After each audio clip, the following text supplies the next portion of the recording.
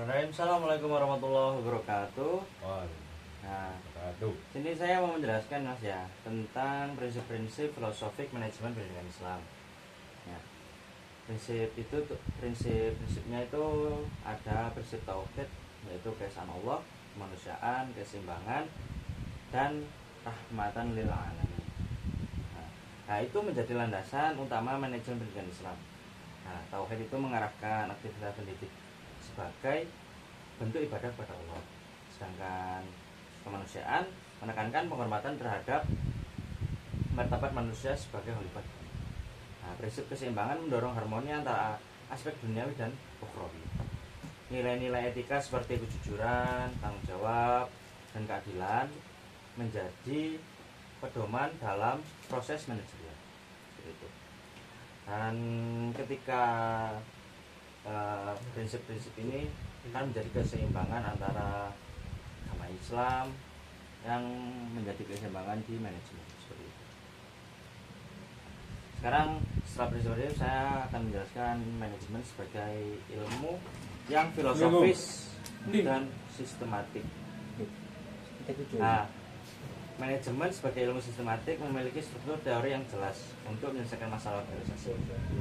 Pendekatan filosofis melibatkan pemikiran kritis dalam memahami pengelolaan sumber daya manusia secara mendalam dalam pendidikan Islam. Pendekatan ini membantu menciptakan sistem manajerial yang sesuai dengan nilai-nilai Islam. Nah, ketika sistem manajemen ini tanpa ilmu filosofik dan sistematik tadi, manajemen akan akan mudah mendapatkan masalah seperti itu. Contohnya seperti prinsip filosofik itu ya. Kalau manajemen nggak ada prinsip itu, moral atau nilai-nilai itu akan hilang, kayak keputusan diambilnya seperti asal-asalan seperti itu. Contohnya kayak sekolah mungkin fokus pada profit tanpa peduli kesejahteraan guru, tanpa peduli kesejahteraan murid, tanpa pedulikan sarana dan prasarananya, nah seperti itu. Akibatnya di sekolah itu suasananya tidak nyaman seperti itu. Dan ketika tanpa sistematik, kerjaan atau sistem di dalam lembaga pendidikan tadi itu akan asal-asalan, akan bakal kacau, jalannya nggak tahu kemana seperti itu. Misalnya dari jadwal mengajar atau belajar itu tidak jelas. Nah, misalnya dari jam segini, jam besok itu ganti jamnya seperti itu. Itu menjadi suatu harusnya menjadi suatu kebiasaan atau suatu hidup normalnya, tapi tidak menjadi sistematis.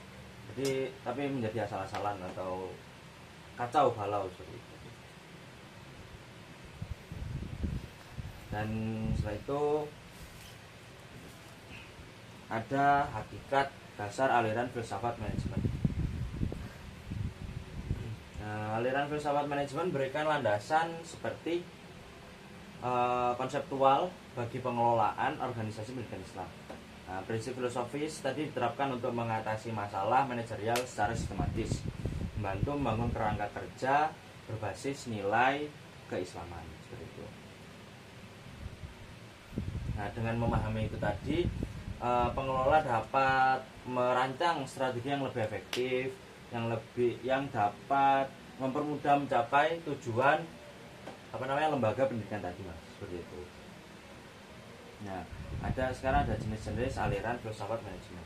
Ya, pertama ada aliran idealisme menekankan nilai moral dalam pengelolaan organisasi. Realisme mendorong penerapan prinsip praktis berdasarkan fakta empiris. Nah, pragmatis berfokus pada solusi praktis sesuai kebutuhan masyarakat. Nah, dan ada lagi eksistensialisme memberikan perhatian pada individu sebagai pusat proses manajerial. Nah, dalam konteks pendidikan Islam, kombinasi berbagai aliran filsafat ini menciptakan pendekatan holistik terhadap pengelolaan lembaga pendidikan. Hal ini memungkinkan fleksibilitas serta relevansi terhadap kebutuhan zaman kayak di zaman sekarang gitu. Dan disitu ada aplikasi teoretik aliran filsafat dalam manajemen. Nah, aliran filsafat memberikan kontribusi yang teoritis terhadap konsep manajerial dalam pendidikan Islam. Nah, dan idealisme itu seperti menjadi landasan moral bagi keputusan. Pragmatisme itu sebagai solusi praktis untuk masalah-masalah di dalam lembaga pendidikan seperti itu. Dan realisme memberikan panduan-panduan itu yang berbasis empiris. Dan implikasi teoretik ini membantu mengembangkan metode baru untuk meningkatkan efisiensi pengelolaan lembaga pendidikan Islam tanpa kehilangannya identitasnya sebagai lembaga pendidikan Islam. Nah, seperti itu. Dan ada lagi implikasi metodologis aliran filsafat dalam manajemen. Nah, pendekatan metodologis ini dari berbagai aliran filsafat menentukan cara yang terbaik mengelola lembaga pendidikan Islam secara efektif. Ya. Pragmatisme memungkinkan metode belajar sesuai kebutuhan peserta didik saat ini, dan idealisme dengan pembentukan karakter melalui pendekatan moral seperti itu.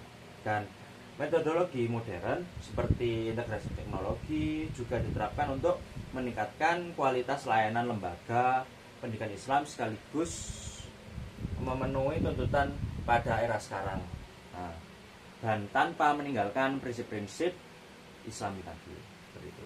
Dan jika aliran filsafat ini tadi tidak diterapkan teoretik dan metodologis tadi, nah, itu bisa menyebabkan ya dari teoretik, nah, tidak memakai teori yang ini, maka